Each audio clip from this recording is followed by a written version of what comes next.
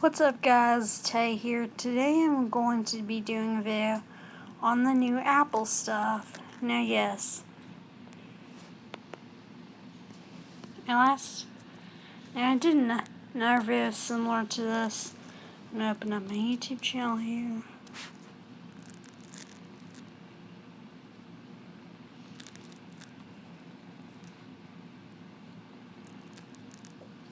Okay, as you can see here, if you go to this video here, you can see that I did a video on the new Apple stuff update. Then I'm at the actual event. The Apple News magazine is called Apple News Plus, and their video service was basically had a redesigned Apple TV app, and also their Apple did make their own credit card. It says it'll come this summer, should be coming soon. And there was also an Apple Arcade, which basically lets you play a million games for free, blah blah blah.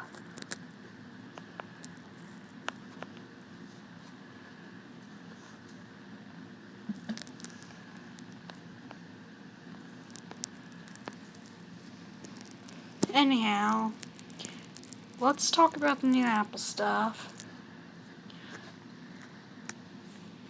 About a week ago, there was a WWDC event.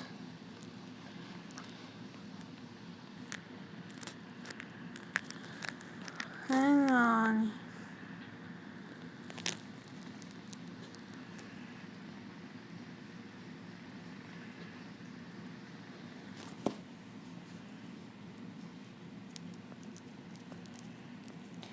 Anyhow, let's talk about some of the new Apple stuff. And so, if you go to Macs here, you can see Apple announced a new Mac Pro at the event. It hasn't been updated since 2013, and so an old design for some of the old ones, like back in the 90s or something. They called this one Cheese Grater, and it kind of looks like the old ones. And so in one of the impressions for the Mac Pro, they said, one guy said to the title, "Cheese Grater is back."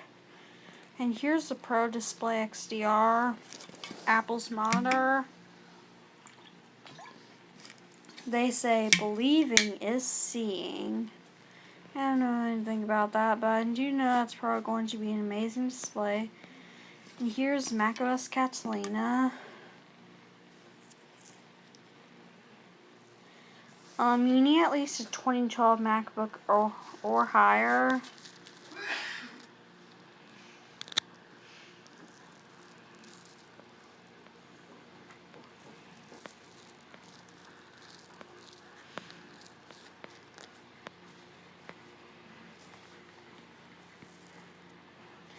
Yeah, and also there's a new MacBook Pro as well. I'm go into the preview of it a bit. A bit disappointed. Zeke said that it could be completely bezel-less. Here's what it looks like. I believe you can only get in the touch bar. I guess there's a 13-inch version without the touch bar. And also, here's iOS 13.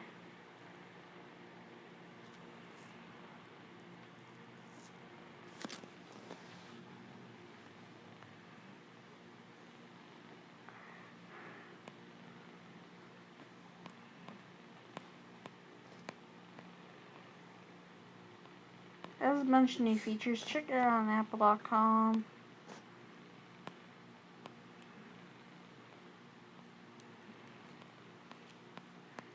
iOS 13 is actually quite nice. I do prefer the iOS 7 look, and this didn't really deliver a new work, but anyhow, here's the compatibility. Unfortunately, the iPhone 6 and 6 Plus were axed. I think they should have gotten iOS 13, even though they're so laggy on iOS 12. And also, the iPhone 5S was also axed, and the iPod Touch 6th generation was also axed. Here you can enjoy the Apple-based software program. Basically lets you get iOS early. And yes, Apple does have a new separate software for iPads called iPadOS.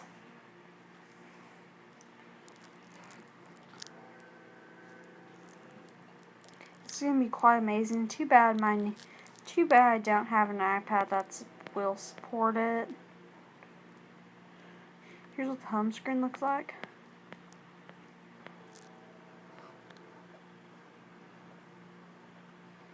Yeah, I'm kinda glad the iPad Mini 2 and iPad Air 1 won't get iPadOS.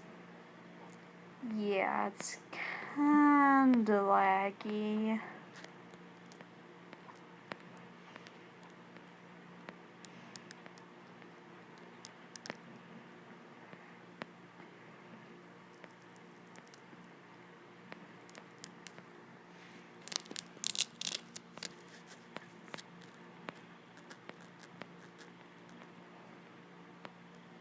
Here's compatibility here.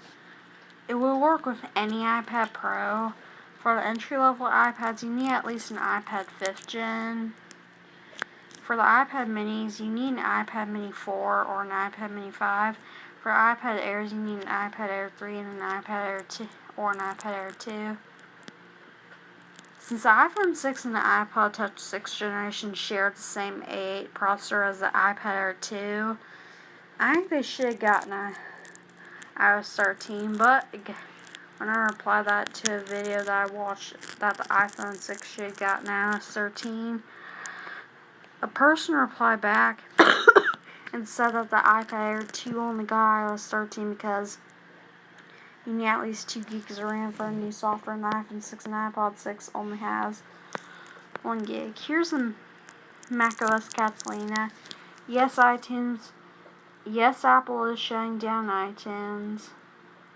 Anything that supports macOS, the existing macOS Mojave will support the macOS Catalina, except for mid-2010 to mid-2012 model Mac Pros with some kind of core processor. I don't remember.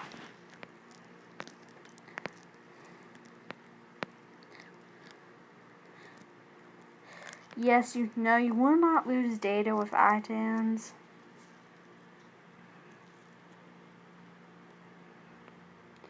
You can basically sync and stuff. iPad apps do come to Mac. And yeah, I basically love Apple's new software. I'm just as impressed this year as I was last year. I didn't really preview iOS 11 as I didn't know I got to know about iOS as early. I mean, I grew up iOS 10 before it released, like right before school started. In fact, that was around the time I started on YouTube.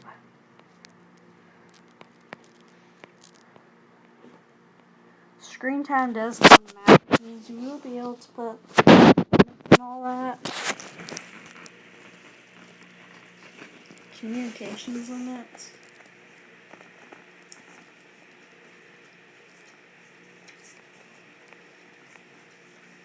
You can also get one.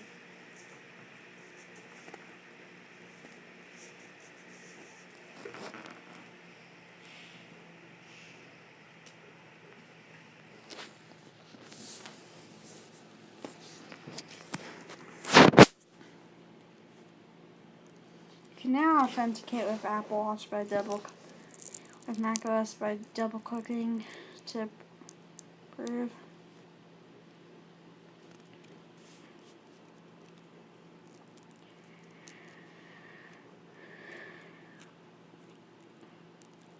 Basically, here's compatibility.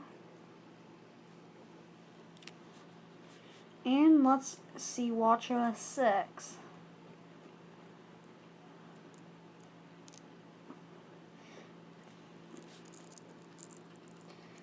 It's so awesome. I'm gonna kind of do a little skim through here, although you can check it out on apple.com as well. Just check it out. I did.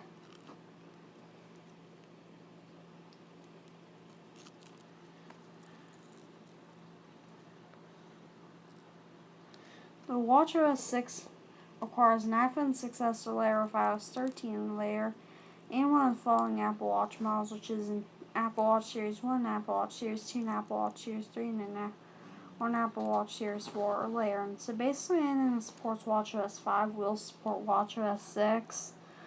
The reason why Apple Watch Series 1 is still supported is that it only comes in aluminum and released along with the Apple Watch Series 2, and so they made the Apple Watch Series 2 more optimized and all that. And so it's basically just the... But yeah. Now I guess that's it, but we have one more proc that released before the event, like the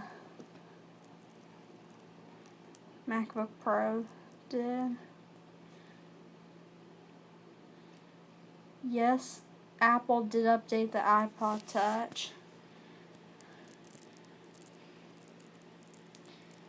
Some comes in the same old boring colors that the iPod Touch 6th generation does.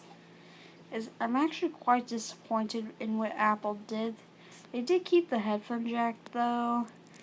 It does come in 256 gigs though, along with 32 gigs and 128 gigs. Which means the highest capacity of storage finally beat the most recent iPod Classic. That was back in 2009, I believe. iPod Classic 6th Gen was actually released back in 2007, but they became 120 gigs, but they updated it. But they did a revision in 2009 and basically did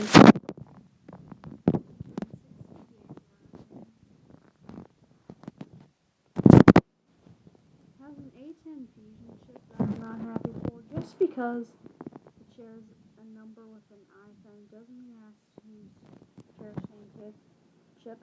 But for those of you who play Fortnite, you can now run Fortnite.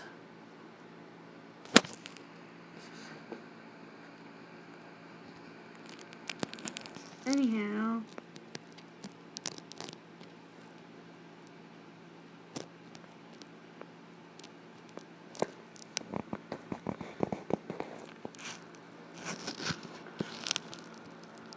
it does still have a headphone jack.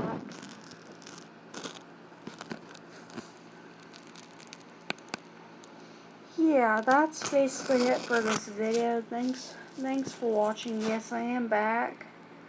And have a good time and get excited for all this software and hopefully start saving up some money to buy these procs. Thank you.